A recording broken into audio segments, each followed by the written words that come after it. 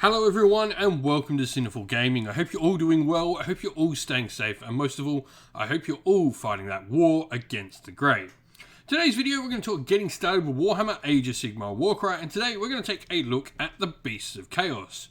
Throughout this video we're going to go through, talk a little bit about how Beasts of Chaos work on the tabletop in Warcry. We'll then take a look at a couple of units we recommend for getting started with the army. We'll then look at some other units we can bring in and expand upon those couple of initial purchases, and finally finish off the video with a little sample warband of 1000 renown for you to use as some inspiration for creating your own warband of the Beasts of Chaos.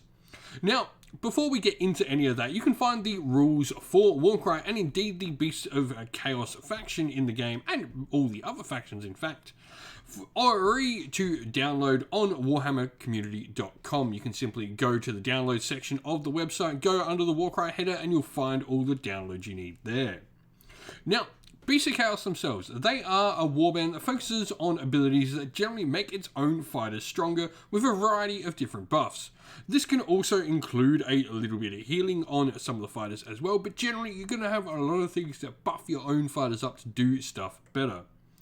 Now, they have a really solid mix of fighters as well, from some really cheap chaff options to some very strong and elite fighters, and everything in between. It's a really nice mix of fighters of different varieties for the faction. They've got a really nice reaction which allows them to subtract 1 from damage points allocated to a fighter by each hit from an attack action in melee that targets them, so can get them a little bit of extra protection in there as well. This is probably one of their lowest points in that they generally are a little bit flimsy in defense, though there are definitely some ways with some of the more elite models having a high wound value, and you can get some decent toughness in there as well. Generally you're giving up a little bit of offense to do this though. And so to get started with for the faction, I really like the Beast Lord. For 180 renown, you're going to get a toughness 4 and 22 wound model. This model is going to have 5 attacks at strength 4, 2/4 on the damage, which is pretty nice. You've got a triple that this Moxer gives you access to as well, called Grizzly Trophy, where a fighter can only use this ability if an enemy fighter has been taken down by an attack action made by them. And normally, these are on 3 attack models, abilities like this. With a 5 attacks, there's a pretty good chance that, yeah, he actually will be able to take something down. What happens is, until the end of the battle round, you add 1 to the attacks characteristic of melee actions made by visible friendly fighters within 9 inch. So he goes in, slaughters something, uses this ability, and gives all your other fighters more attacks later in the round, and a 9 inch range is really nice on it. Alongside this model, we have the Gore. Gore are a solid choice. Now, we have definitely 3 different types of main Gore in the Ungore, Gore, and Bestigore, and we'll talk about the other 2 in just a second.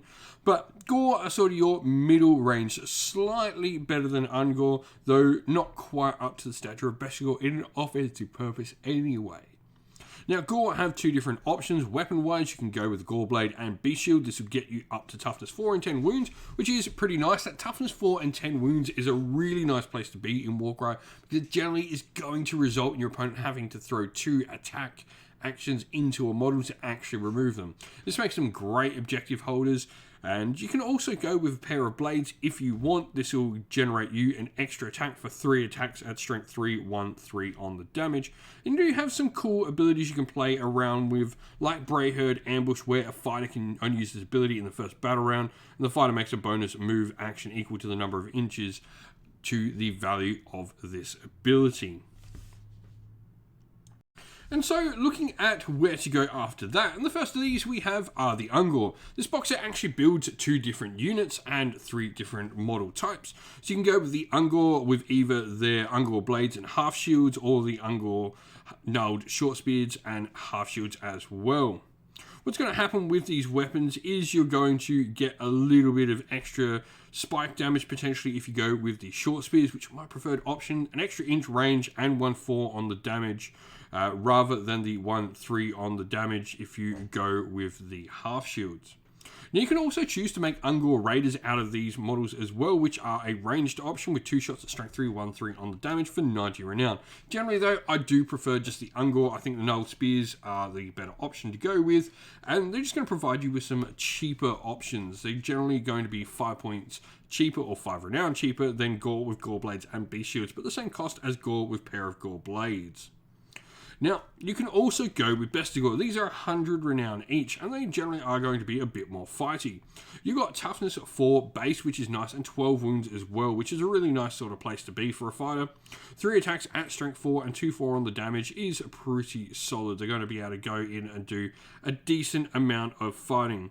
And you've also got the Bestial Charge triple that they can use as well, where until the end of the fighter's activation, if they end a move within, they can do some damage based on their charge and the value of the ability. Next to them, we have Centaur, and the reason I like Centaur is they're generally much more faster moving. They are a cavalry option, and this is going to give them a little bit of extra speed. For a nice 10-inch move, toughness 4 thanks to their half shields on their own, and 18 wounds as well. 2 attacks at strength 4 is nice, but 1/4 on the damage isn't particularly great, but these make for a fast-moving, treasure hunting or objective grabbing piece for your table. Now lastly, we have the Bulgur. Bulgur are a solid unit. All of these options are going to be 30 wounds, but for me, it is the Bulgur with Bulgur Axe and Bull Shield that really stands out. Yes, you can go with the Great Axe, and this will bump you up with your damage to 3/6 on the damage, but you're going to be strength 5 regardless of what Bulgur option you go, and so I think the big difference here is not only are they cheaper, but you're going to get toughness 5 as well on the ones with the Bull Shield. So you're going to be 30 wounds with toughness 5. I really, really dig them. Now, you can go with 3 attacks at strength 5, 2/4 on damage when you get this model. You can choose to drop your toughness 5 to get that extra attack in there if you go with a pair of Bulgur axes. And the Great Axe, like I said, will up the actual damage to 3/6 rather than 2/4. And so here is our sample warband of the Beasts of Chaos. We've got the one hero in the warband, and this is going to be the Beast Lord, who will then have to be our champion. Now, alongside him, we have a decent amount of a variety of fighters. We've got 2 Gore with Goreblade and Beast Shield. I think these are just really solid treasure hunters and objective grabbers, along with 2 Ungor with gnarled short spears and half shields.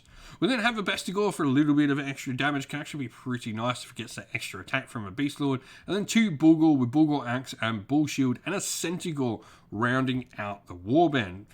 What's really nice here is there definitely is some options. If you want to get, maybe a different Bulgur, especially something with like Bulgur axes in there, you can certainly cheap up those 2 Gore there to Ungor, which will generate you the extra 10 renown you need. If you're trying to find another 10 renown than that, you're going to have to play around with what we're taking. Dropping the Centaur down to another Bestigor is an option to generate you 20 more renown as well. But all in all, I think this is a really solid one. You've got some good heavy hitters and some really tough anvils in those Bulgur. Meanwhile, a lot of other pieces, especially the fast-moving Centaur in there, which will provide you with a good options across the table. You've also got cheap chaff in the Ungor and Gore that are going to allow you early activations that aren't going to show your opponent where your big fighters and big hitters are going. Now this is a perfect 1000 renown, and we've got 9 activations, which is, smack bang in that 8 to 11 middle activation range, and 148 wounds is slightly above the 120 to 140 average of wound count for models. If you've been playing with Beasts of Chaos in Warcry, let us know how you've been going and what you would do down in the comments below. And so that is the end of the video. We hope you all enjoyed it. If you did, please don't forget to leave a like and subscribe to the channel. If you'd like to come chat more with me and other members of our cool little community here at Sinful Gaming, you can do so in our Discord server, which is linked down in the video's description. If you'd like to help support the channel, you can do so either by joining our Patreon or YouTube members, both of which are linked in the video's description, or going over to our channel merch store and grabbing some channel merch for yourself. We'd like to give our Patreons and YouTube members a special shout out for helping support the channel and allowing us to keep doing what we're doing. So a special thank you to our Patreons, Christian Weir, Soren, Kenny Lowe, Outer and Shot First, Andrew Bowen, Nathan Fee, The Rising 8, Cure Dynamic, Anthony B, JJ Austrian, Average Wargamer, Domir, Mark Harvey, James Cater, Derek and Bloobs, and to our YouTube members as well, Green Roots Gaming, Kenton Young, Ronya, Lock Lorick, The Johnny 84, David Ellsworth, Wolfric Nick, Broken Chef, Ariana Edwards, Revenar, Pink Nico Fire, Robin Mankiller, Monty's Tabletop Terrain, John Castle and Davis Weir. And a special thank you to Lady Witchfox at the end here, because she does all the amazing artwork for the channel. It looks stunning. With that said, thank you all for watching once again. Don't forget to like and subscribe. Stay safe, stay well, and most of all, keep fighting that war against the grey. Ciao for now.